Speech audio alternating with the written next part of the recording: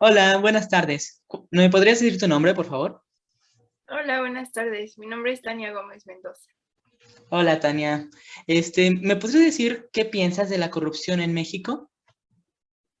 Pienso que la corrupción es algo que ya está muy normalizado y que incluso se ha vuelto una forma en la que se rige la sociedad y que realmente empieza desde actos pequeños, pero nosotros solamente marcamos cuando estos incumben en la política. Ok, muy interesante. ¿Me podrías contar tú un acto de corrupción que hayas vivido y explicarme por qué ese acto fue algo malo? Sí, realmente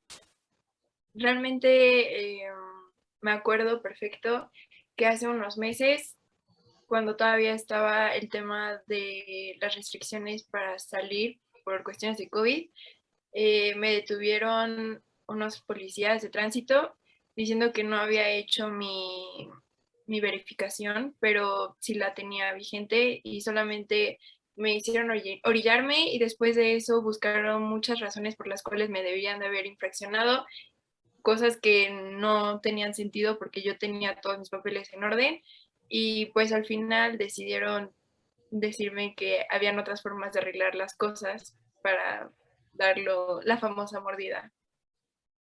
Ok, la famosa mordida. Ah, qué horrible.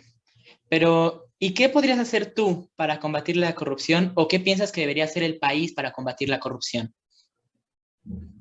Siento que siendo esto un tema ya, como había dicho, parte de la sociedad, parte de nuestra cultura incluso, es necesario empezar desde jóvenes a inculcar valores e informar básicamente um, cómo nos deberíamos de regir desde una postura no corrupta, es decir, ser honestos, empáticos y básicamente empezar desde la educación. Ok, muy interesante. Muchas gracias, Tania. Por último, ¿estás de acuerdo con que esta entrevista se suba a YouTube? Sí, sin problema. Vale, muchísimas gracias por tu ayuda. Gracias. Hola, buenas tardes. ¿Me podrías decir tu nombre, por favor? Mi nombre es Yesamini Dalí Vargas Aceves. Muchas gracias. Primero que nada, Yesamin, ¿estás de acuerdo con que esta entrevista se grabe y se suba a YouTube? Sí, no hay problema. Muchas gracias. La primera pregunta es, ¿qué opinas de la corrupción en México? Opino que en realidad es uno de los peores problemas que existe dentro no solo de la cultura mexicana, sino dentro del sistema político, educativo y todo el sistema estructural que como tal forma parte del país.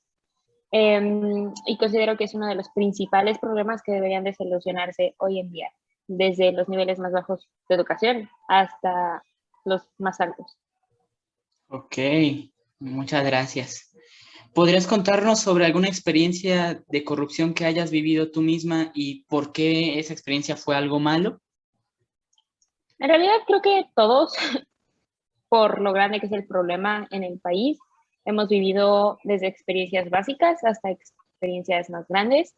Creo que una básica y que todos hemos vivido es que vas manejando y de la nada siempre están las mordidas que suelen pedir los policías de tránsito, que aunque no cometiste ninguna infracción, como ya te detuvieron, lo que piden es dinero a cambio.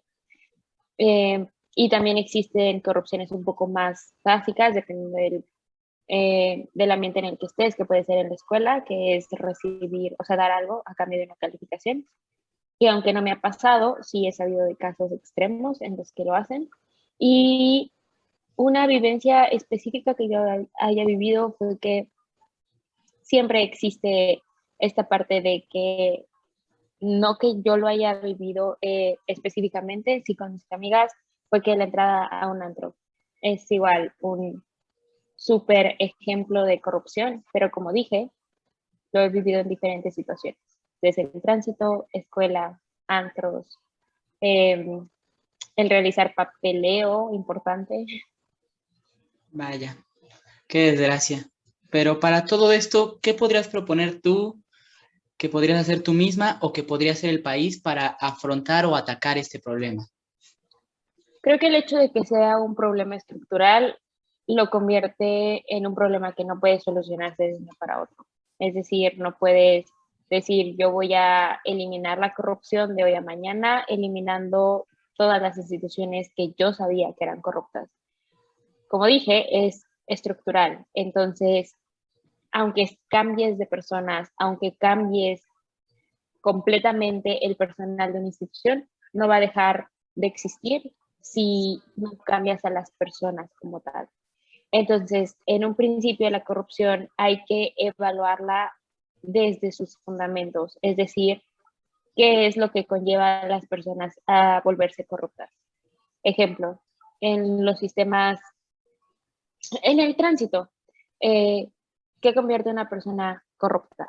Pues que los policías, como tal, les piden, se sabe que les piden cuotas que deben de cubrir a la semana, al mes, ¿cómo se llama? En infracciones. Si dejan de poner eso, eventualmente habrá menos incentivos para que los policías cobren por cosas que no fueron infracciones, pero que usan para cubrir sus cuotas. Segunda, bueno, digo, eso es como dando un ejemplo. Entonces, yo consideraría que la corrupción se debe de evaluar respectivamente con respecto a cuál es el ámbito en el que se está llevando a cabo. Si es en el ámbito educativo, cuál es el problema detrás para poder eliminar la corrupción. Y entender que la corrupción no se va a eliminar de un día para otro, sino que necesitas llevar a cabo todo un proceso de reeducación y de reestructuración para que se pueda eliminar por completo. Ok, ok, muy interesante. Muchísimas gracias por todos sus aportes y muchísimas gracias por esta entrevista. No hay de qué, muchas gracias.